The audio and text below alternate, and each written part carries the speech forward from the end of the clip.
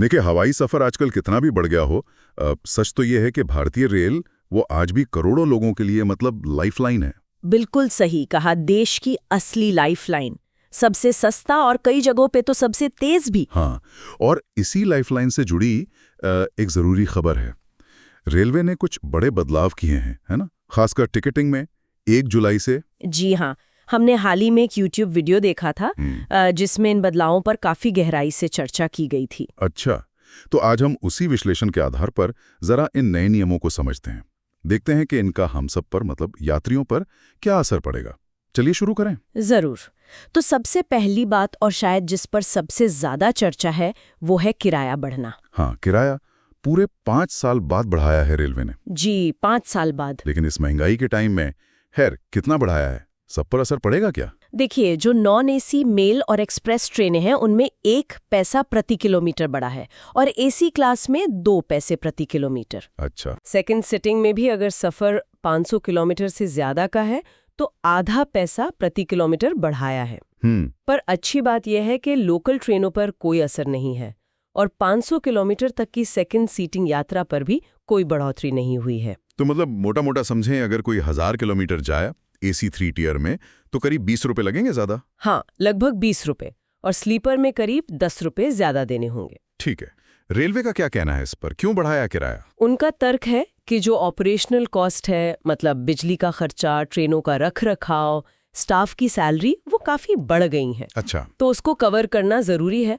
उनका अंदाजा है कि इससे रेलवे को सालाना करीब 12 से 13 हजार करोड़ रुपए एक्स्ट्रा मिलेंगे। 12 से 13 हजार करोड़। लेकिन जैसा मैंने कहा, इस पर लोग बोल तो रहे हैं, आम आदमी पर बोझ, गांव देहात के लोगों पर असर, वापसी की मांग भी हो रही है। हाँ, ये बात तो है, इस पर बहस चल रही है। खैर, अब दूसरे बड़े बदलाव पर आते हैं, तत्काल बुकिंग। अरे हाँ, तत्काल, ये तो हमेशा से ही कि एक क्या कहते हैं, सिर दर्द रहा है। टिकट मिलना ही मुश्किल। बिल्कुल।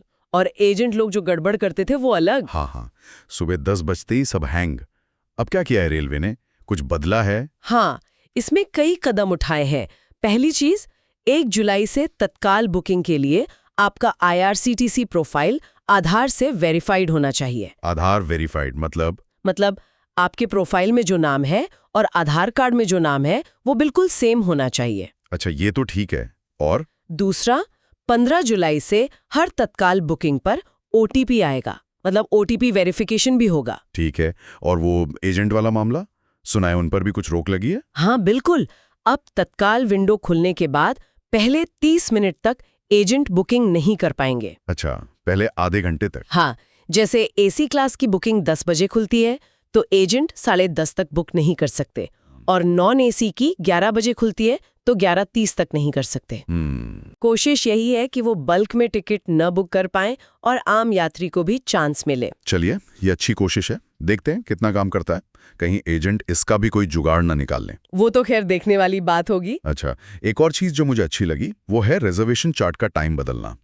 पहले तो ट्रेन छूटने से बस 4 घंटे पहले पता लगता था, बड़ा कंफ्यूजन रहता था। हाँ, वो अनिश्चितता बहुत थी, पता नहीं कंफर्म होगा या नहीं। बिल्कुल। अब क्या बदलाव है? आप जो पहला रिजर्वेशन चार्ट है वो ट्रेन छूटने से 8 घंटे पहले बन जाएगा। 8 घंटे पहले? वाह। हाँ, तो यात्रियों को प्लान करने का या अगर जरूरत पड़े तो कुछ और इंतजाम करने का ज्यादा टाइम मिलेगा। ये बढ़िया है। हाँ, बस एक बात ध्यान रखनी है, जो ट्रेनें दोपहर 2 बजे तक चलती हैं उनका चार्ट एक रात पहले रात 9 बजे ही बन जाएगा। अच्छा, ये भी ठीक है। और दूसरा चार्ट? दूसरा चार्ट वैसे ही बनेगा, ट्रेन छूटने से 30 मिनट पहले, उसमें कोई बदलाव नहीं है। ठीक है, अब आप हैं वेटिंग लिस्ट पर। इस पर भी कुछ सीमा लगाई है क्या? पहले तो WL50, WL80 पता नहीं कहाँ तक जाती थी लिस्ट। हाँ, और कंफर्म होने के चांस बहुत कम रहते थे। देखिए, होता क्या है कि औसतन सिर्फ 25% टिकट ही कैंसिल होते हैं। सिर्फ 25%? हाँ, तो इतनी लंबी वेटिंग लिस्ट का मतलब है कि ज्यादातर लोगों की उम्मीदें पूरी नहीं होंगी। तो अब नया नियम है। क्या नियम है? एसी क्लास में जितनी सीटें हैं उसके 60% तक ही वेटिंग लिस्ट जारी होगी और नॉन एसी क्लास में 30% तक। अच्छा, उदाहरण से समझाएं जरा। मान लीजिए किसी ट्रेन में 100 एसी सीटें हैं तो अब अधिकतम वेटिंग लिस्ट 60 तक ही जाएगी। WL60 के बाद टिकट नहीं मिलेगा। और नॉन एसी जैसे 200 स्लीपर सीटें हों तो 200 का 30% यानी WL60 तक। उसके बाद सिस्टम रिग्रेड दिखा देगा, मतलब टिकट जारी ही नहीं होगा। अच्छा, मतलब अब ऐसा नहीं होगा कि WL200 दिख रहा है? नहीं, इसका मकसद यही है कि लोगों को झूठी उम्मीद न बंधे। ठीक है, ये भी एक तरह से सही है। अच्छा, भविष्य के लिए भी कुछ प्लान है? IRCTC की वेबसाइट और ऐप, खासकर त्योहारों पर। वो तो हाँ, वो दिक्कत तो है, लेकिन उस पर भी काम चल रहा है।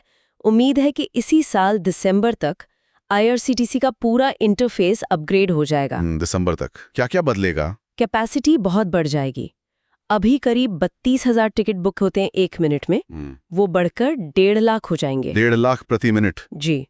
और जो पूछताछ होती है वो 4 लाख प्रति मिनट से बढ़कर 40 लाख प्रति मिनट हो जाएगी। अरे वाह! और सुनने में आ रहा है कि एक सुपर ऐप जैसा कुछ बनाएंगे। कई भाषाओं में सपोर्ट होगा, रियल टाइम सीट का पता चलेगा, AI से सुझाव भी मिलेंगे। ये तो बहुत बढ़िया होगा अगर हो गया तो, खासकर पीक सीजन में बड़ी राहत मिलेगी। बिल्कुल। अच्छा, एक और सवाल था। वो वेटिंग लिस्ट वाले टिकट जो कंफर्म नहीं होते थे और अपने आप कैंसिल हो जाते थे, हाँ। उन पर भी तो कुछ पैसे कटते थे ना, कैंसिलेशन चार्ज? हाँ, ये एक शिकायत रही है यात्रियों की। अभी तो ऐसा ही है कि अगर आपका वेटिंग टिकट ऑटो कैंसिल होता है तो भी AC पर 60 रुपए और नॉन AC पर 30 रुपए कट जाते हैं। हाँ, ये ठीक नहीं लगता था। बिल्कुल। तो अच्छी खबर ये है कि अब रेलवे इस पर दोबारा सोच रहा है। एक प्रस्ताव है कि ऐसे ऑटो कैंसिल वाले वेटिंग टिकट पर कोई चार्ज न लिया जाए। अच्छा, ये तो बहुत अच्छा होगा। हाँ, अभी रिव्यू चल रहा है। अगर ये लागू हो गया तो यात्रियों के लिए काफी अच्छा रहेगा। तो कुल मिलाकर देखें, किराया थोड़ा बढ़ा, तत्काल के नियम सख्त हुए, आधार और OTP से एजेंटों में थोड़ी रोक, चार्ज जल्दी बनेगा, वेटिंग लिस्ट की सीमा तय हुई। और भविष्य में IRCTC बेहतर होगा और वेटिंग लिस्ट कैंसिलेशन चार्ज भी शायद हट जाए। हाँ, ये सब बदलाव मतलब सिस्टम को सुधारने की कोशिश तो लग रहे हैं। जी, कोशिश तो यही है कि सिस्टम बेहतर हो, यात्रियों को सुविधा मिले। लेकिन यहाँ एक सवाल मन में आता है, ये जो आधार और OTP पर इतनी निर्भरता बढ़ रही है, कहीं ऐसा तो नहीं कि आबादी का वो हिस्सा जिनकी पहुंच इन डिजिटल चीज़ों तक आसान नहीं है, या जो तकनीक के साथ उतने सहज नहीं हैं, वो इस पूरी प्रक्रिया से और पीछे छूट जाएं?